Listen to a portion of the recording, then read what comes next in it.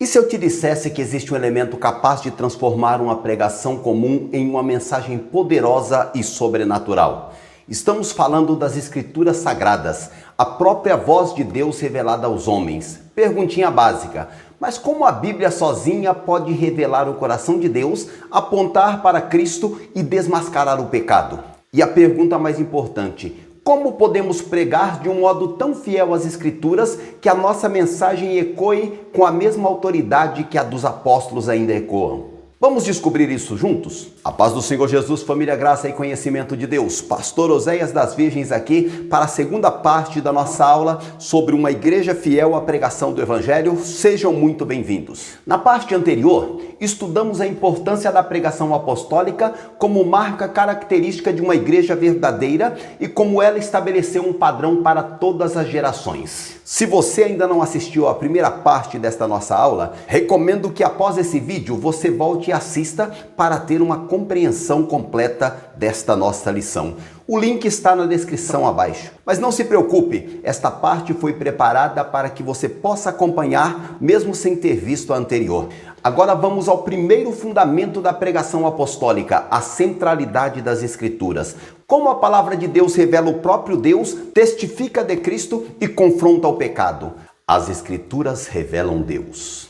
A primeira característica essencial da pregação apostólica é que ela está firmemente baseada nas Escrituras, porque as Escrituras revelam Deus. A segunda pregação de Pedro, registrada em Atos 3, 11 a 26, é um grande exemplo disto. A mensagem do apóstolo é completamente baseada nas Escrituras e coloca Deus no centro. Pedro usa trechos das Escrituras para fundamentar sua pregação, citando Deuteronômio 18, 15 a 19, no versículo 23, e Gênesis 22 e 18, no versículo 25. Há também uma conexão com Salmo 22, 1 a 31, no versículo 18, e com Daniel 9, 26. Ele não está improvisando ou compartilhando opiniões pessoais, está proclamando a palavra de Deus. Pedro mostra que Deus sempre esteve presente e agindo na história do seu povo, Atos 3 e 13. Da mesma forma que os demais escritores da Bíblia falavam sobre a revelação de Deus ao longo dos tempos.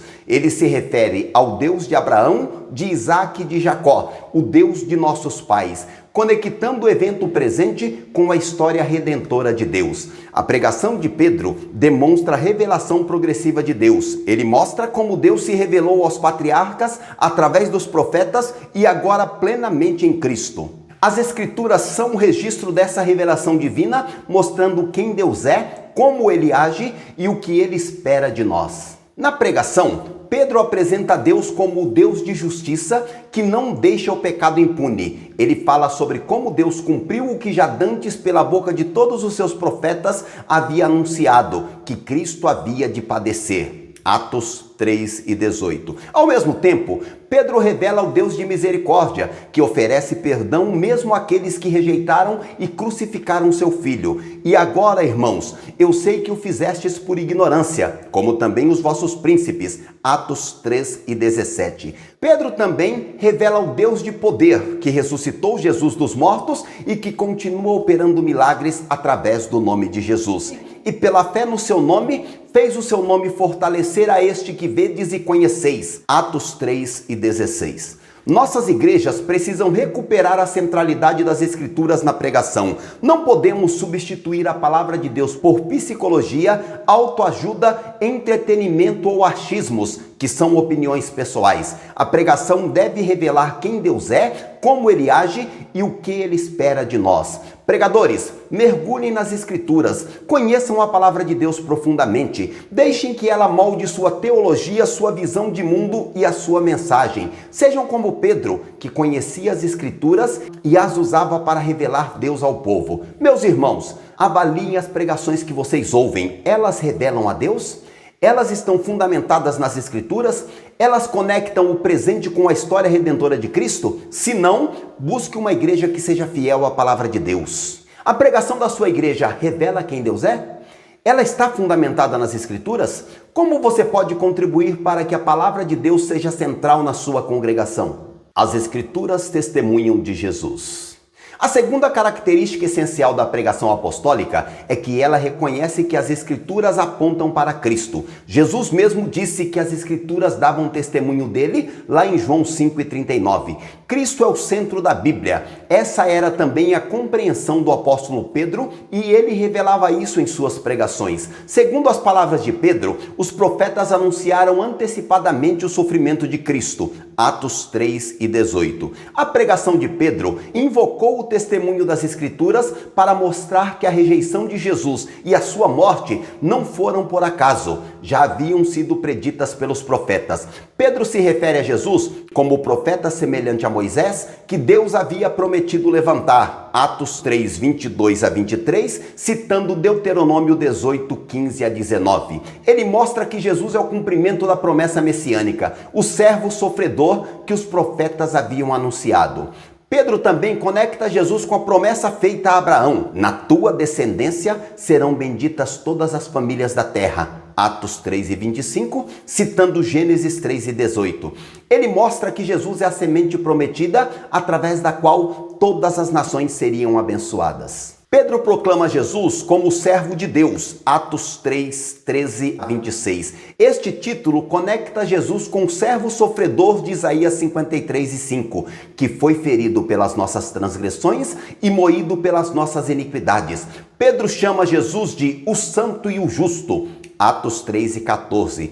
Títulos que destacam sua perfeição moral e sua justiça divina. Ele contrasta a santidade de Jesus com a escolha do povo por Barrabás, um homicida. Pedro declara que Jesus é o príncipe da vida, Atos 3:15. Um título poderoso que destaca seu papel como autor e doador da vida. A ironia é que o povo escolheu matar o autor da vida, mas Deus o ressuscitou dos mortos. Nossas igrejas precisam recuperar a pregação cristocêntrica. Toda mensagem, independentemente do texto ou tema, deve de alguma forma apontar para Cristo. Ele é o centro da revelação divina, o cumprimento das promessas e o coração do Evangelho. Pregadores, perguntem-se: onde está Cristo nesta mensagem? Não pregue moralismo, legalismo ou mero conhecimento bíblico. Pregue em Cristo crucificado, ressurreto e glorificado. Meus irmãos, avaliem a pregação que vocês ouvem. Ela exalta Cristo? Ela mostra como as Escrituras apontam para Ele? Se não, busquem uma igreja que seja fiel ao testemunho bíblico sobre Jesus. A pregação em sua igreja é cristocêntrica? Como você pode ajudar a manter o foco em Cristo em todas as áreas da vida da igreja? As Escrituras confrontam o pecado. A terceira característica essencial da pregação apostólica é que ela confronta o pecado. A verdadeira pregação não apenas informa a mente e aquece o coração, ela também desafia a vontade e chama ao arrependimento. Vemos isso claramente na pregação de Pedro. Pedro não hesita em identificar o pecado do povo, mas vós negastes o santo e justo e pedistes que se vos desse um homem homicida e matastes o príncipe da vida. Atos 3:14 e 15.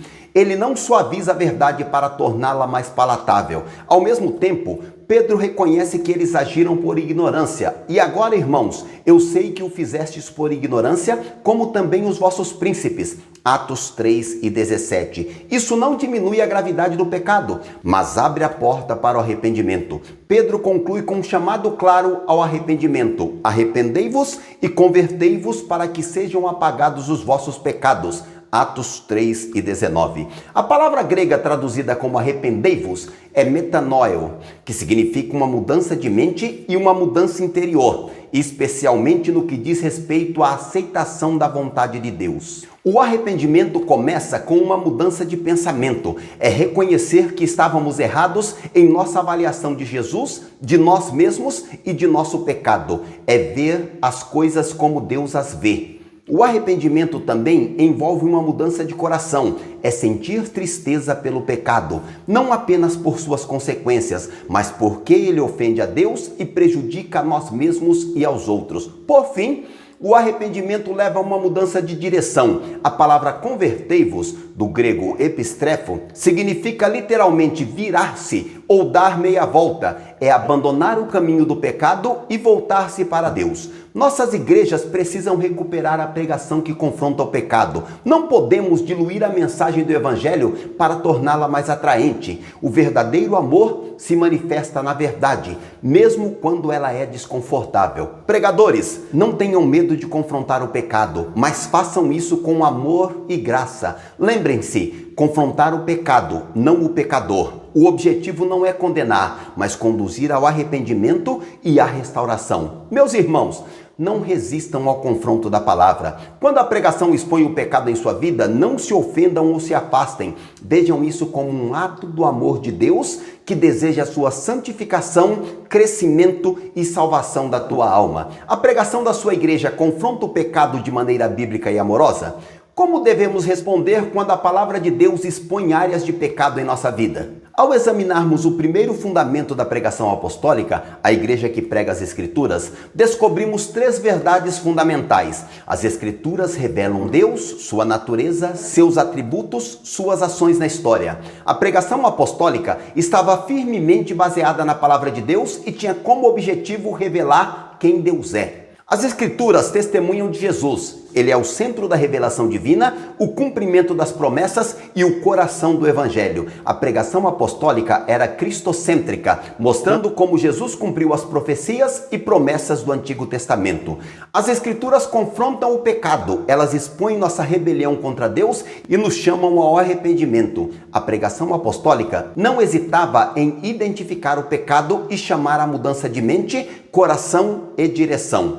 Uma igreja fiel à pregação do Evangelho é uma igreja que valoriza, estuda e proclama as Escrituras. Ela reconhece que a Bíblia não é apenas um livro de histórias inspiradoras ou princípios morais, mas a revelação viva de Deus que aponta para Cristo e confronta o pecado. Que possamos ser uma igreja assim, firmemente alicerçada na palavra, centrada em Cristo e comprometida com a verdade, mesmo quando ela é desafiadora. Como sua igreja cresce na fidelidade às Escrituras?